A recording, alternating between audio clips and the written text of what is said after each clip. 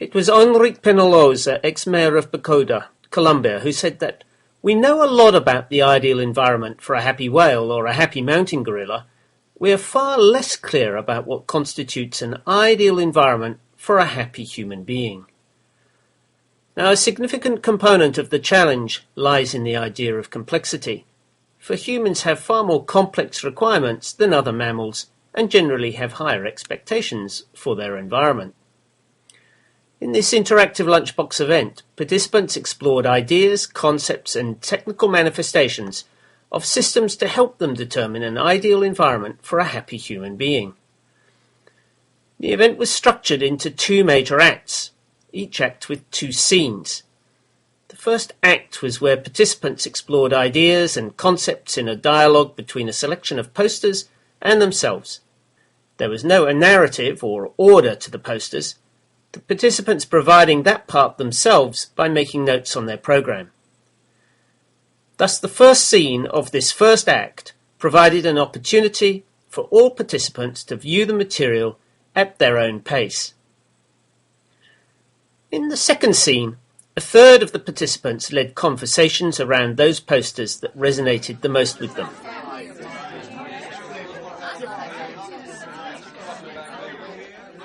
By having 3 rounds, all were able to lead the conversation in one and participate in 2 others. Each round was for about 5 minutes. Then came Act 2.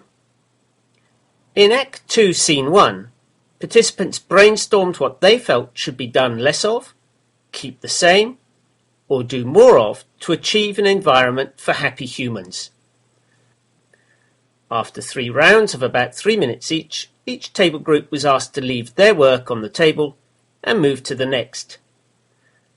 At this point, they identified what they felt was the best idea generated by their colleagues on the adjacent table. So, after consideration, the group felt that in order for us to create an environment for happy humans, we should do less disempowering of people, car driving, consumption, externalizing and denial of deeply serious issues like climate change, and blaming. But we should keep the same cultural festivals and activities, having holidays, freedom of speech, strong local communities, and access to beaches. We should do more, gathering, sharing, and celebrating, connecting people, sustainable living practices, public transport options, and understanding about different perspectives. When reflecting on the event, participants made a number of observations. These included: the process provided a useful structure to share different values. The quiet part of the process was useful, and likewise the method that mixed everybody up. An observation was that the structure was flat and non-hierarchical. There was good energy in the room, and it was great to meet others in the department that one would not normally work with. There was a wide variety of ways to interpret the posters, which contributed to the conversations.